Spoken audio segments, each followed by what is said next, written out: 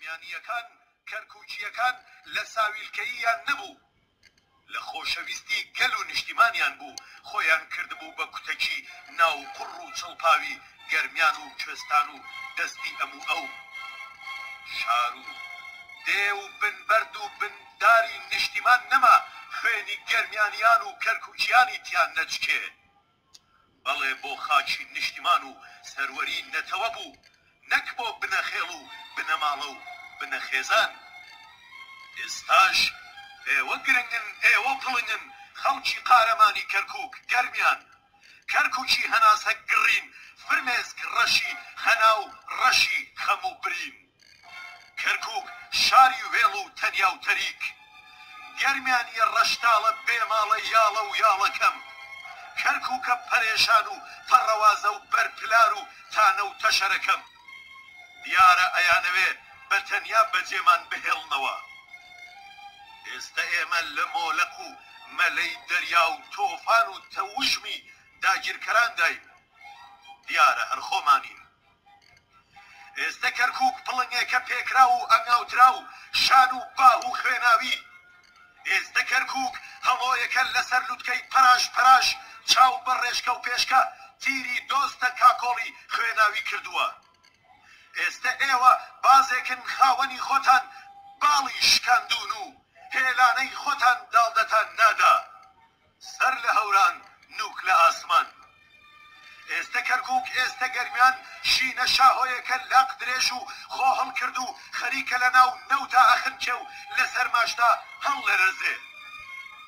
ئێستا یەک یەک هەموو شەهیدانی ئێوە،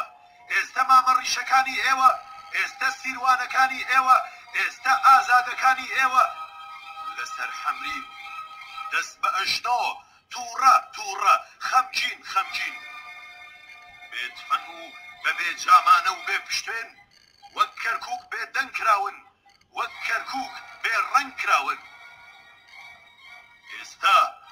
خشە خشی ڕادیۆکەی شاخ،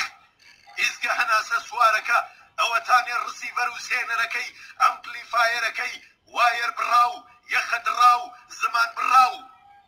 هەروە دار ئەنتێنی چنارە و دیواری کەڵەکە بەردە لە ناو دڵدا هەڵ ئەچنین، کام گردەی خەم کە زۆر بەرزە هەر بە تەنیا تیا ئەگەڕێین، لەگەڵ هەنجیرێکی ڕەشدا، لەگەڵ تاشە بەردێکی زبری سێگۆشەی سنگ ڕێڕێبووی باران کوددا بۆ هاوڕێکانمان ئەگەڕێین. ئێرە دەنگی کەرکووکە، کوان هاوڕێیان بنووسن و بڵێن و بزانن هیچ کات ئێمە وا لە کەرکووک نەبەزی بووین، وا لەسەر چۆک ترسنۆک ترسنۆک. هاوڕێیان زۆریان ماون، هەندێکیان هەر مەرد و مەند و ڕەندن، بەس هەندێکیان یەکێمان و یەکێ مردوو، یەکێ کز و لە ڕوولاواز، یەکێ بێڕێ و بێبەردەباز، یەکێ مشکە کۆرەی ناوکون، یەکێ تێکسمراوی گۆشتن، یەکێ خێوی چنگن و چڵکن، یەکێ کەرە دێزەی کوڵکن، یەکێ لە ئاوێنەی چاوی گەلترسا و یەکێ لەرزۆک و حەپەسا و یەکێ دەستپاک بیرپاک، یەکێ زۆر لە مردن بێباک.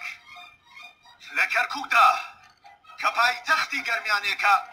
پایتەختی نیشتیمانێکە، لە شارەبانی شابانووی ساسانیانی ئێمە، لە ئاڵون و خانەقینی، لە هەڵاڵە و هەنجیرەی بە بەدرە و جەسان کراوەوە تا شنیاری یەزیدیان، یەزیدی کۆڵ لە دەرترین کورد و ڕەسەنترین کورد، ئاوارەی ناو نیشتیمانی خۆی، لەسەر دینجیایی سەدان ئەنفال و فەرمان لەسەر دراوی دەستی برای خۆی، لە شنیار تا غازی ئەنتاب و دیار بەکر تا ماکۆ و کرماشان، هەمەدانی لە دەست چوو تا گەتساران، چوار مەحاڵی بەختیاری و پشتکۆ و پێشکۆ، بەبێ کەرکووک کورد ڕەنجەڕۆ شەهید ڕەنجەڕۆ، سیاسەتی کوردە جاجک بە پەڕۆ و بنێشت بە پەڕۆ. کەرکووکیەکان گەرمیانیەکان، داخ لە کەرکووک ئاخ لە کەرکووک، کەرکووک تووبی و خوان نەخەوی، کەرکووک تووبی و خوان نەنەوی، دەستت دەگرین و نەکەوی، کەرکووک تووبی و خوان نەبەزی، هەڵ نەلەرزیت و نەتەزی، کەرکووک سووبە بیر بکەرەوە هەر تەنیایت وریا بە خۆت کۆکەرەوە. کوردستانی ئێمە هەر تۆی، گۆڕستانی ئێمە هەر تۆی، دیجلە و بەدرە وەرن بۆ حەمرین، ما لەسەر سنووردا بمرین ئامادە بن بۆ ڕاچەنین بۆ ڕیفراندۆم یا ڕاپەڕین دنیا بە قوربانی تۆ بێ کە تۆ نەبی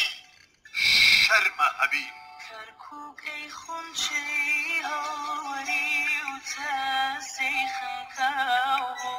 خۆر نەدی و بێنازەکەم خە